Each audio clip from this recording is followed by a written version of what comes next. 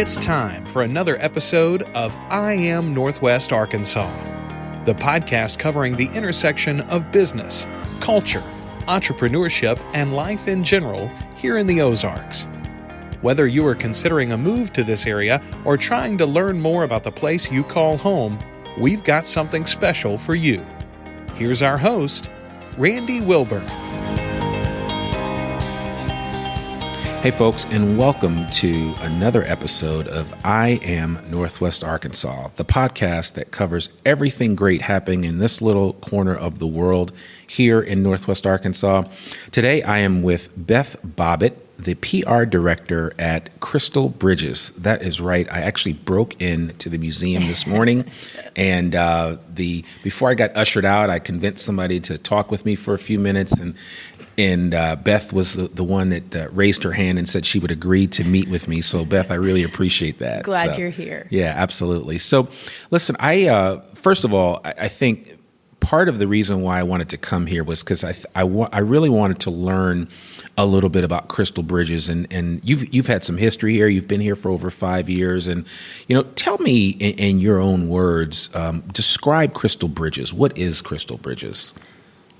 So when Crystal Bridges opened, we were the newest American art museum to open, in a generation. Okay. So the way I think about this museum as a place of convergence where people are coming to learn about history, to learn about art, to engage in programs. So we always want to be new and dynamic and responsive to change. So I think Crystal Bridges sort of embodies the American spirit in that way. So always growing, always willing to fail in some ways, trying new things. Yep. And that's part of the flexibility of being such a new museum where there's not these traditional kind of confines. So we're able to break some stereotypes and change up the narrative a little bit in our galleries, but also in the programming and what we're doing in the community. Okay. Yeah, I mean, it is, this is the 8th year that we're in right now, right? Yeah, it's hard to believe. Yeah, the museum started on 11/11/11, which I thought was interesting. Was there some significance to that date? Well, it was Veterans Day. Okay. So, a very American and kind of a good way to honor sort of the history of America, but also just timely in that we wanted to get the museum opened as soon as possible, and we wanted to make it memorable. And so it's a fun day to sort of look back and celebrate too. And ironically, our museum restaurant is named 11, and so that sort of plays on this idea of that being a special number for us. Yeah, and I will say the food is actually pretty good. It's great. So, yeah, if you like High South Cuisine, is what we're known for. So. Yeah, no, it actually is. I've told several people that, save your appetite for when you go and, have a glass of wine, enjoy a meal. I mean, that's kind of cool. Not every restaurant, every museum has a restaurant that is of that level of quality. True. So, yes. Yeah. And it's kind of in response to what's happening, in the area. The High South Cuisine was a movement that several museums in Northwest Arkansas are a part of, and so it's been really fun to see that evolve and change. And actually, we just reopened 11. We did some renovations to the design, changed up the menus. We have a new brunch offering. I've heard about that. I heard that's really good. Yeah, so now, you have to come back. When is the brunch available? Sunday. Okay, yep, so Sunday Sunday's only. the day only. Yeah, and then okay. Lunch and dinner the rest of the week. Okay, perfect. Well, we'll certainly put that information in our show notes. So let's get back to the history of why this museum came about in the first place. Sure.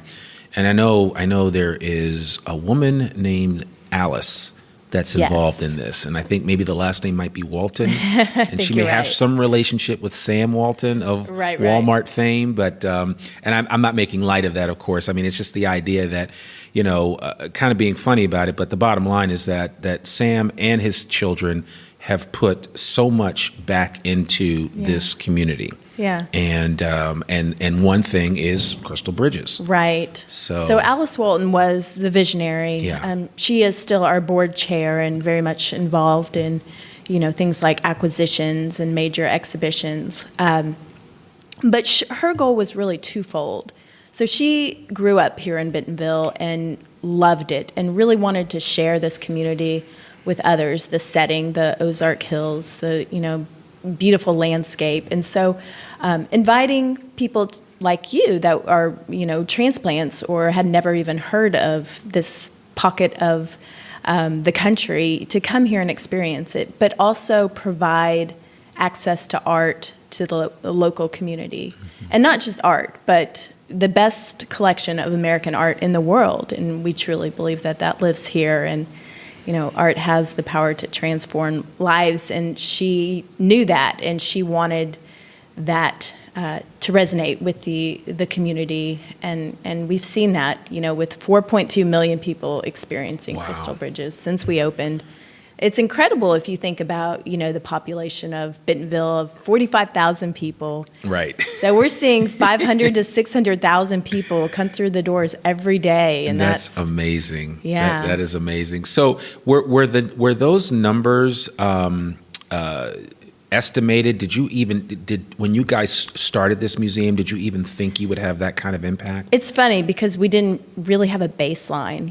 Like I said, we were a brand new museum opened in the middle of the country. There was nothing like it around us. Right. So we thought maybe 250,000 a year. And so we essentially doubled the goal, what we thought we would see. And, certainly put to bed any kind of skeptics or critical voice about art being hidden away in this area. So we're thrilled with the results and the response. Oh, that's awesome. That's awesome. So now I know just a little bit about the design of the building. I believe Moshe Safdie, the great architect, was responsible for designing the building itself.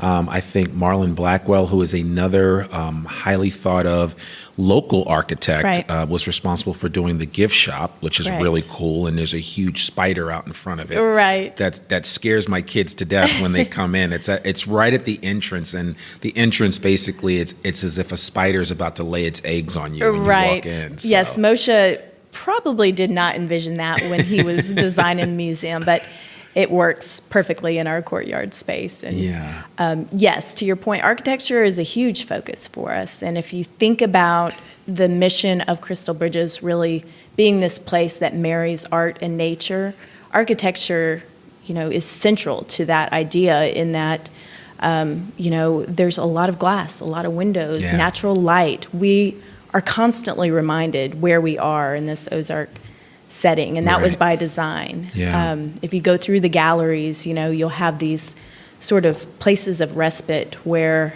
it's meant to be like a palate cleanser, to, again, kind of have a break from the art and soak it all in and enjoy the setting. Yeah, it is amazing, and I've been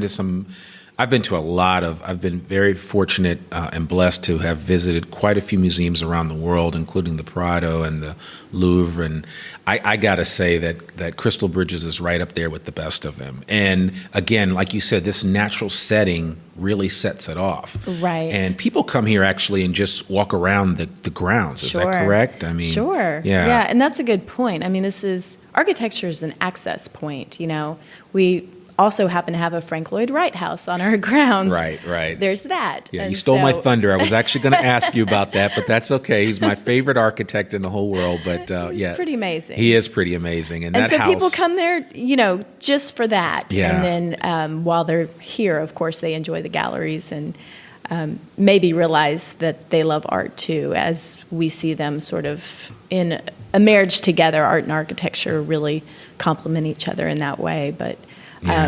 Just as nature is an access point. So a lot of people come here just to walk the trails. And then, of course, they encounter these world-famous sculptures, along the way and are enticed to come in and see more. Yeah, and this is home to some very iconic images as well, including Rosie the Riveter. Right. Which, a lot of us know that iconic picture of of Rosie, who was a riveter, who basically exemplified women in the workplace, especially during during World War II, Right. and the power that image conveyed, that women can do things too, just as well as men can. Right. So that is, I believe that's a Norman Rockwell painting. Correct. Yeah, yes, and it's so- actually in our Men of Steel, Women of Wonder exhibition. That's the new exhibit Right. that's here through April. Right, through April. Mm-hmm. Yeah. So I mean, so tell me. I mean, that's one exhibit, but can you speak to how you guys have chosen the exhibits to come through these doors? Has it just been an organic process, or something that you guys have just it? I mean, how does that work? Yeah. So to back up, we have a collection of about 2,500 works. So at any given time, there are probably 500 works on view. So we have a permanent collection, Right. Which, by the way, is always free to the public to experience. And then we have temporary exhibitions that sort of rotate in and out. And those are usually 3 a year. So we'll have 3 major shows a year, and then kind of some smaller focus shows throughout. Okay. But those exhibitions, it has been a bit of an evolution. You know, we've in the early days of Crystal Bridges, we had a focus more on early America. So some of the exhibitions sort of reflected that in the collection. And as we've grown, we've had an increased focus on contemporary art, both as, you know, in what we acquire and also what we're presenting exhibition-wise. So in the last few years, I believe 2014 was the first year that we organized our own exhibition. It was called State of the Art. Okay. And that was pretty revolutionary in the way that we organized it, because we had our curators go out into communities all over the country. So from New York to Tempe, Arizona, you know, they were diving in and looking at studios and introducing artists that had never, you know, kind of been introduced before. And so from there, it just took off, and we started organizing more shows to really kind of fill that void of contemporary artists, you know, bringing their voice to the forefront. And it's pretty powerful, you know, to be able to be a part of these exhibitions that are talking about culture and social issues that are happening right now. And so we've continued to do that through, you know, a Native American art show that we had just before this current exhibition. Okay. We also had, you know, an art exhibition about Black Power through the 80s and 90s. So we're starting to really think about how we can be more inclusive in both, you know, the programs and our galleries, and also in the exhibitions and the policies and everything that we do. It's sort of embedded in this mission of welcoming all. Yeah, and I think it's even in. It's a perfect example of the culture internally of the people that work here. I learned about your IDEA program and a lot of other things that you guys are doing to really push diversity issues to the forefront of how not only what you represent to the public, but how you operate as an organization, which I think is very powerful. Yeah, and our executive director, Rod Bigelow, added, you know, to his title, Diversity and Inclusion Officer, a couple years ago, really, you know, as a statement that we are committed as an organization to making this a part of our fabric and everything we do. From the programs, we have access and inclusion programs. And, you know, this isn't just about, you know, race or ethnicity. This is also about abilities, languages, and you can see that reflected in the galleries too. You know, we've tried to create bilingual labels in our early American galleries. So we're experimenting right now and trying new things and seeing what works. Oh, that's awesome. Yeah, I was actually here a couple of months ago because I know you do a number of talk series where you bring individuals in, lecturers that will come in and speak about different issues. And I was really blown away by that event. It was a Friday night. The house was packed. And the guest that came in and spoke was, he really moved me. And I know you do a lot of those programs. Is that a regular thing that happens here? Yeah, we have a distinguished speaker series. Okay. So every year? Yeah, every year, roughly 6 speakers. Okay. And we do choose, topics and speakers that are relevant to, today's social or cultural issues. And so someone like a Brian Stevenson that, he's doing great things across the world, really. Right. And just to be able to bring someone like that here is pretty powerful. When I told my mother who I went to go hear, because she knew who he was, obviously, and read his book, and he's part of the, I think it's the Justice Project, Mm-hmm. and he opened up a new civil rights museum in Montgomery, Alabama, Yes. and I hope to visit it this summer. But regardless, when I told her that he was here speaking, she was like, "He came to Arkansas?" Right. And I'm like, "Yes, Ma. We have people in Arkansas that come here or at least want to come here to speak about issues that matter to the world." And so Right. I just thought that was kind of funny, but it speaks volumes to what Crystal Bridges is trying to do Right. by bringing such a diverse palette of individuals to this area. Right. And I think it just expands our ability as individuals in Northwest Arkansas to better understand each other. Right. So, right. yeah, I think that's kind of cool. So, yeah, we're really proud of that series, and it will continue. So we have two more this spring. Lori Anderson, who is an artist that's in the current exhibition. Okay. And then Vanessa German will come in April, and she's amazing. She just won the Don Tyson Prize. And is doing great things in her community in Pittsburgh, and so we're excited to continue that series. Good. So, another thing that I read about, which I was really blown away by, is that every year you guys bring in almost 45,000 students, and I'm talking K through 12, to come here on quote unquote field trips, right. where they're able to kind of take all of this in. And this is something that's actually underwritten by Crystal Bridges. So you take the onus off of the school system of saying, hey, we don't necessarily have the funding for this.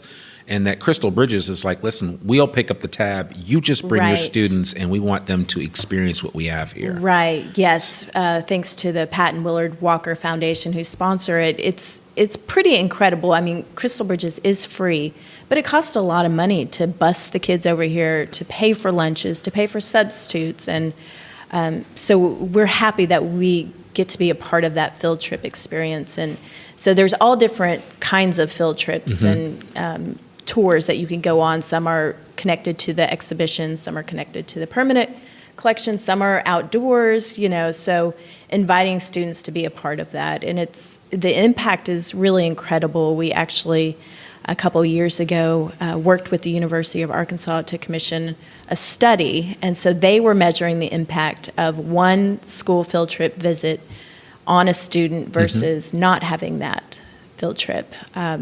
And they saw things like, empathy, greater empathy, better memory, So the impact was huge, and it was actually more significant in some of these rural areas or minority students. Is that study available online? Yes, it okay. is. It's Well, on our website. I'm going to make sure I get that on the show notes as well, and link to the Crystal Bridges website so people can learn about that, because I think that speaks volumes. And I remember as a kid growing up in northern New Jersey and taking several trips to the Natural Museum of History and to the what was the other big museum that we went to? The Guggenheim, and of course visiting the World Trade Center and when it was still up, and the Empire State Building. And I just remember the impact that made on me and all the sacrifices that were made to be able to make those trips happen. Right.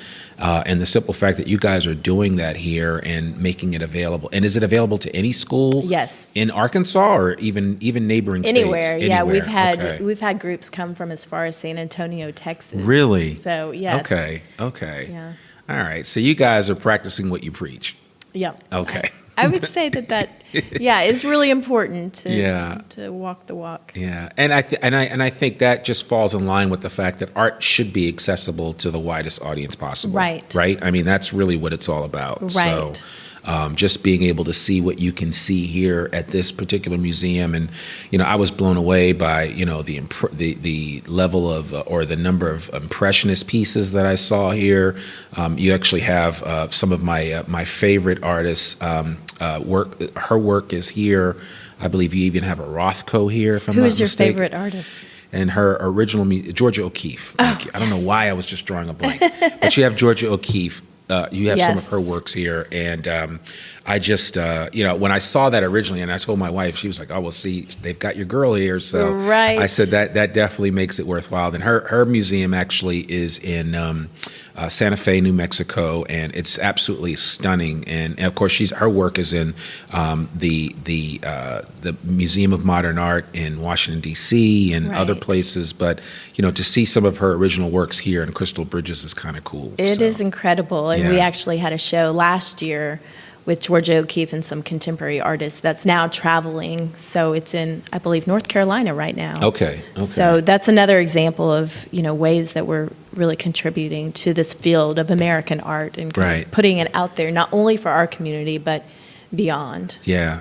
Now, is there a Jackson Pollock here? Yes. Okay. Yes, we All have a right. few Jackson Pollocks. Yeah. All right. I guess I could probably run off a name of a bunch of really great artists, American artists for that matter, that would have representation here at Crystal Bridges. The bottom line is that you have not spared any expense to put this information and to put these pieces of art out there. Right. Yeah. Right. Yeah, it was really important, when we opened to have some significant names that people recognize, sort of to build that credibility. And now that we're established and, we've been open almost 7.5 years, Yeah.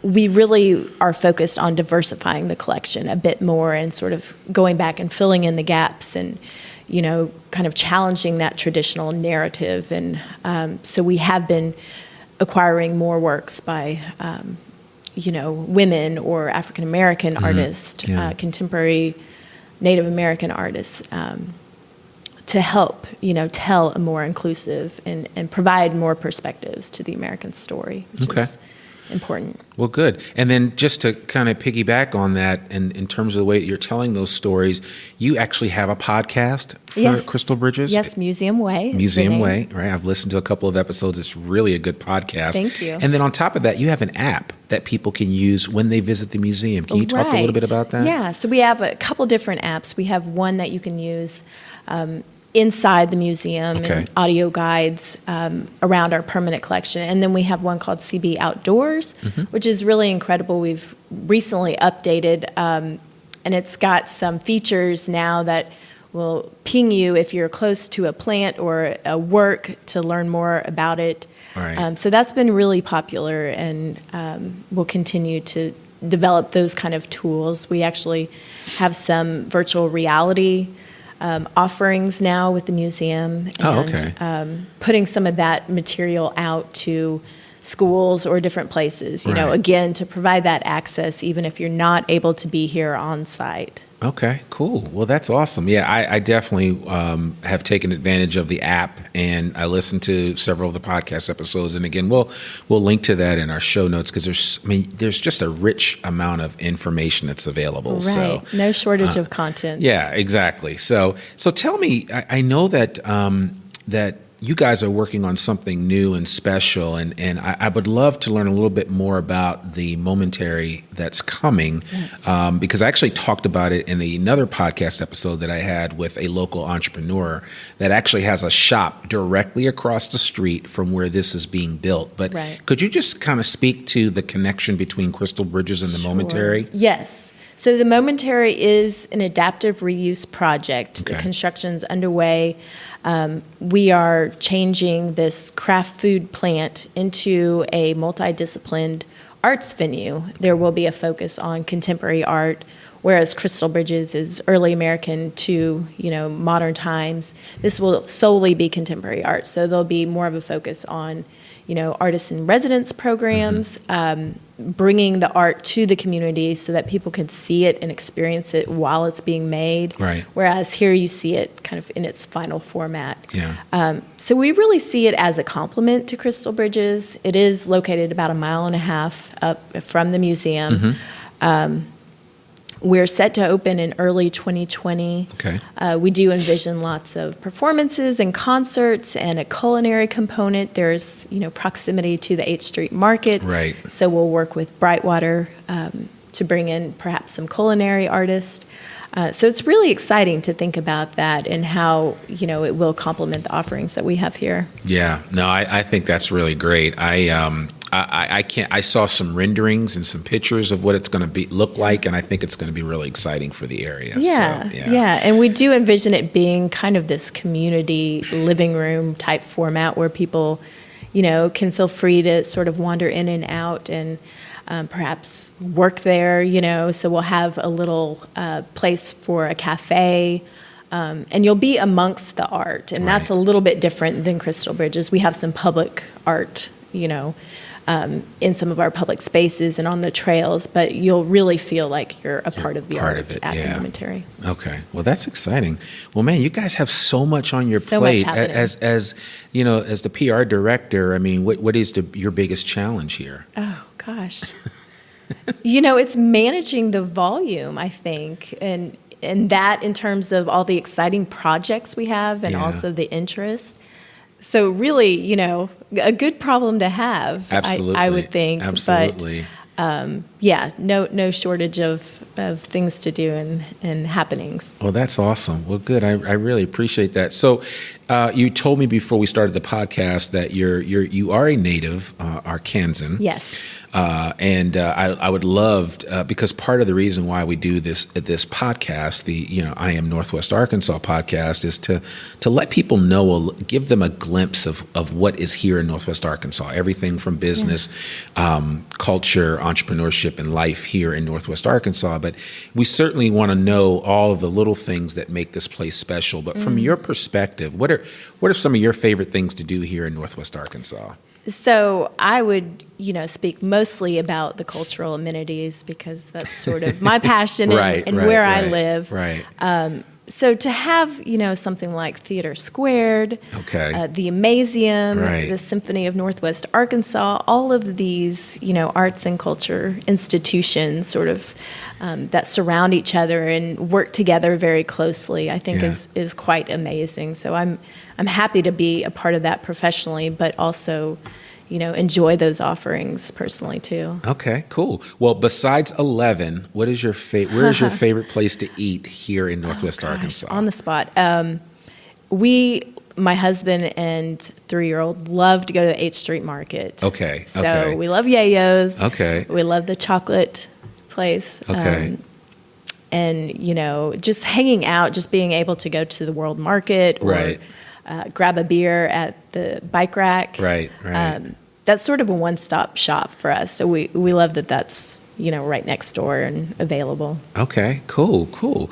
Well, that certainly kind of captures the essence of what Northwest Arkansas is all about. Is there anything that you would tell somebody that wasn't from here, that was either considering moving here or was considering visiting? What would be the one thing you'd say to them that they wouldn't, that would help them to kind of say, you know what, maybe I need to take a closer look at this place? Yeah. I would probably tell them my story, about growing up here and the growth and the change that I've seen and the opportunity. Yeah. We talked about, this just being a moment where the community is really excited and engaged and kind of this rising tides lifts all ships mentality. So be open to it and, hopefully you'll be surprised. Yeah, I got to say, and I told you earlier, if anyone 10 years ago had said I'd be living in Northwest Arkansas or Arkansas period, I would have said you're crazy, but here I am. Right. And, I honestly, legitimately enjoy this area. I love this neck of the woods. This is just a little slice of heaven in my book, and it's a fast-growing area. I mean, there's so many things happening. I mean, Crystal Bridges to me is just the tip of the iceberg, and it's a great representation of what Northwest Arkansas is all about, but there is still a lot more. Agreed. And I hope to be able to cover some of that on this podcast in the future. But again, folks, we really appreciate you listening and checking out this episode and just kind of sitting in with Beth and I as we talked a little bit about Crystal Bridges and what it represents to this area. If you are ever in Bentonville, Arkansas, if you're in Northwest Arkansas, you have to make a trip to Crystal Bridges to come visit, even for a day, a half a day. They've got the 11 restaurants, so you can eat to your heart's content. You can enjoy a glass of wine or a cup of coffee and take in the nature of Crystal Bridges and the whole environment here, take in some of the great artwork. If nothing else, just come check out Rosie the Riveter and go from there. Right. But I mean, and there's some more. I mean, they have a Warhol here. They've got a lot of artwork that's under this roof here at Crystal Bridges that's certainly worth viewing. And so with that said, we want to thank you for listening to this episode of I Am Northwest Arkansas. Again, Beth, I really appreciate you coming out and spending some time with us. Yes. And thank you for having me here, even on a day when the museum isn't even open. So I kind of feel privileged to have been here today. Day. Yeah, it is a special day. But thank you so much. And I look forward to sitting down with you again in the future, because I suspect that there's still more to talk about with regard to Crystal Bridges, and we'll have to figure something out. That sounds great. Okay. Thank you. Thank you so much.